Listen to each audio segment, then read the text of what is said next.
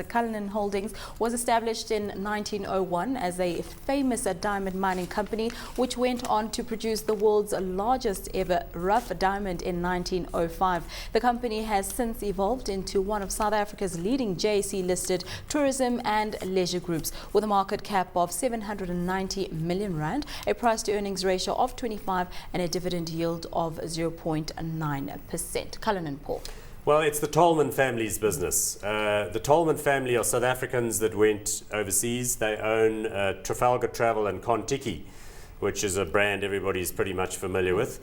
The local businesses, which they own, because they own 75% of Cullinan, are things like Hilton Ross. You've seen those, the buses driving around.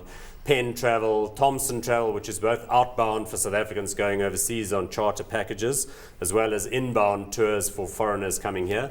So a nice company, but again, owned and controlled by a family that's got, more money than you can imagine. So why they have to worry about the margins in South Africa? Answer is they don't.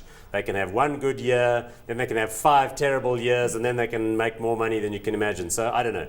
It's up and down. Again, I don't know. For individuals, not quite sure why you'd want to go and own this share. So, Chris, it's another one that shouldn't be listed on the JSE.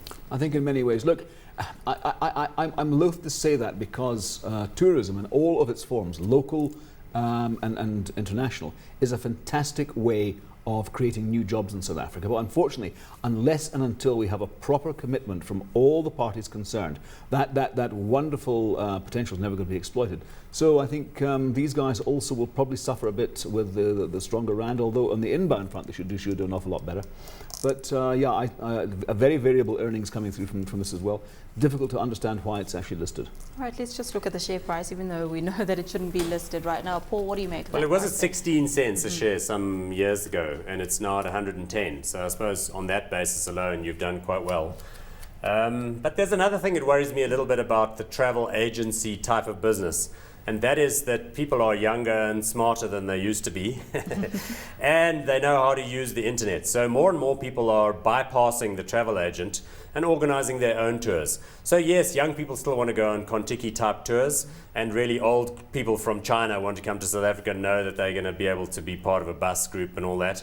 But I think more people are going to travel themselves and book all of their stuff themselves using the internet and Google and websites and what have you.